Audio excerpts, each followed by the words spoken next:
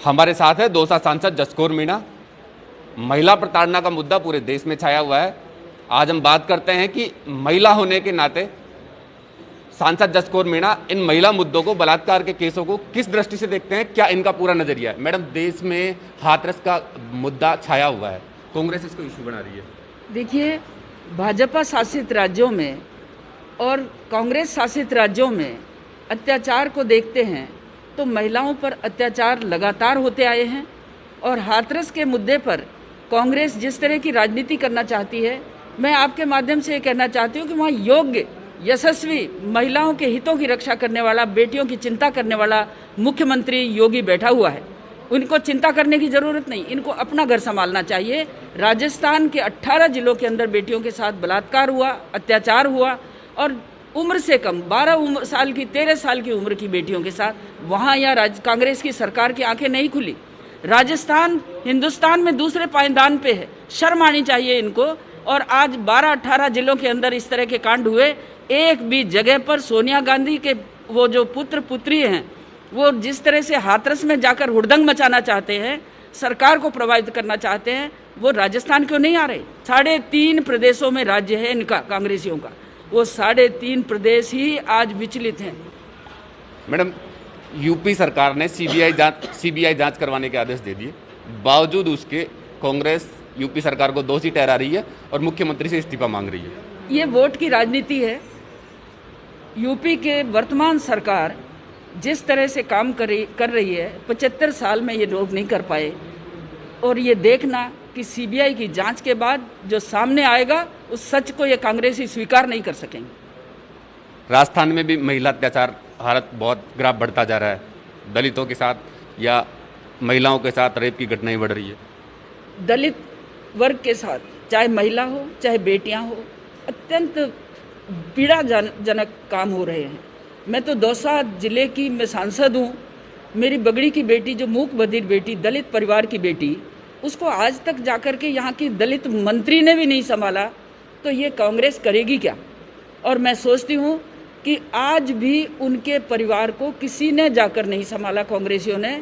हमारा एक कर्मठ कार्यकर्ता जो जितेंद्र गोठवाल, सबसे पहले उसने इस बात को उठाई और उसी ने उनकी राहत देने के लिए आगे बढ़ा। लेकिन कांग्रेस सरकार या सरकार का कोई भी नुमाइंदा आज तक उस बेटी की आंसू पहुंचने, उसके परिवार के आंसू पहुंचने नहीं गया। और महिलाओं के प्रति जो अत्याचार राजस्थान में हो रहे हैं, इसके लिए सरकार को त्यागपत्र दे देना चाहिए, मैं तो ये कहती हूँ। प्रदेश में महिलाओं के साथ बढ़ती हुई आपराधिक घटनाओं को लेकर प्रशासन की भूमिका को लेकर क्या कहेंगे आप? अकर्मण्य प्रशासक, मैं प्रशासनिक दृष्टि से ये केवल अपने नेताओं के इशारे पे चलते हैं, और नेताओं के इशारे छोड़कर ईमानदारी से यदि प्रशासनिक काम करें तो निस्संदेह यहाँ की जनता को राहत मिल सकती है। केंद्र सरकार ने कृषि विधेयक पारित किया, कांग्रेस का कहना है कि किसानों को बर्बाद करने वाला बिल है। अफसोस है कि वही लोग आज ये बात कह रहे हैं, वो क्योंकि हमारे व्यापारी, हमारे किसान अच्छी तरह समझते हैं। राजस्थान में सर्वे हुआ है, उस सर्वे के आधार पर किसान पूर्णतः संतुष्ट हैं। इन्होंने 3 आरोप लगाए कि मंडियां बंद कर दी भारत सरकार के इस कानून ने, और दूसरा आरोप लगाया कि एमएसपी बंद कर दी, तीसरा आरोप लगाया कि किसान को बेघर कर दिया। अफसोस की बात है, ना मंडी बंद हुई, ना एमएसपी बंद हुई, ना किसान को बल्कि आज़ाद किया कि वो अपनी उपज को हिंदुस्तान के किसी भी प्रांत में जाकर महंगे से महंगे दामों में बेच सकता है। जो आज साउथ में, महाराष्ट्र में, गुजरात में उन्नतिशील किसान, उन्नतिशील पशुपालक आगे बढ़ रहे हैं, ये हमारे राजस्थान के किसानों को आगे बढ़ना देखना नहीं चाहते, केवल वोट चाहते हैं। वोट के आधार पर ही किसानों को गुमराह करने की कोशिश कर रहे हैं। और असली में जो प्रदर्शन कर रहे हैं वो किसान नहीं हैं, इनके किराए के खरीदे हुए। पिछले महीने या पिछले समय में राजस्थान सरकार में जो सियासी घटनाक्रम देखने को मिला, क्या मानते हैं आप, वो थम गया या वर्तमान हालत क्या है?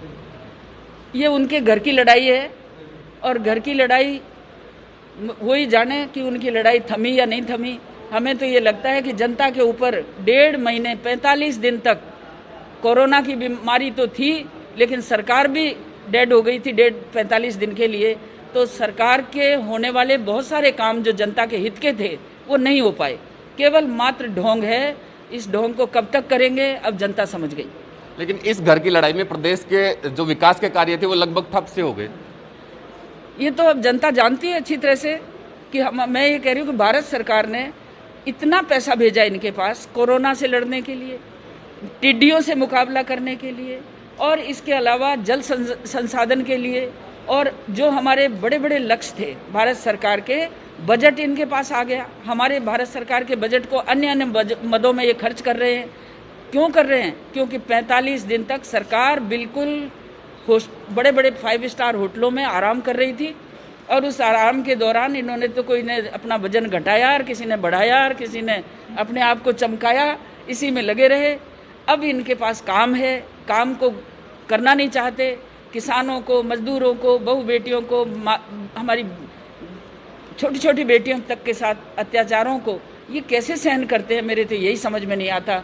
हम कि भारत आज जिसके हाथों में है वहाँ बेटियां भी सुरक्षित होंगी, माताएं भी सुरक्षित होंगी, किसान भी सुरक्षित होंगे, व्यापारी भी सुरक्षित होंगे। एक अंतिम प्रश्न, महिला होने के नाते महिला सुरक्षा के लिए महिलाओं को आप किस तरह प्रेरित करना चाहिए? क्या पहल है? मेरी पहल है कि हर गृहिणी अपने आप को छोटा ना माने, हर माँ अपने आप को छोटा ना माने। माँ को ये ध्यान होना चाहिए कि मैं अपने बेटी को किस तरह से परवरिश करके संस्कारित करूं और किस तरह से सुरक्षित वो रह सकती है। ये सारी जानकारियाँ पहनावे से लेकर, खान पान से लेकर, ये अपना IT के सारे चीज़ों को उपयोग में लेने के लिए हमारी बेटियों को प्रेरित करना हम माताओं का काम है। मैं तो कल भी इसमें बिलोना कला में माता बहनें बहुत इकट्ठी हुई थी, उनको बताया भी कि अपनी बेटियों को हम सुरक्षित, सम्मानजनक और कैसे उनको अच्छे से अच्छे संस्कार दे सकते हैं।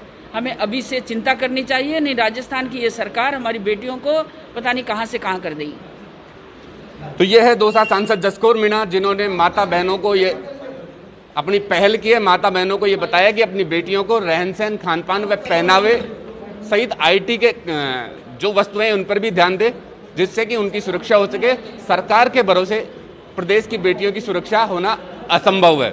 ETV भारत के लिए दिनेश तिवारी।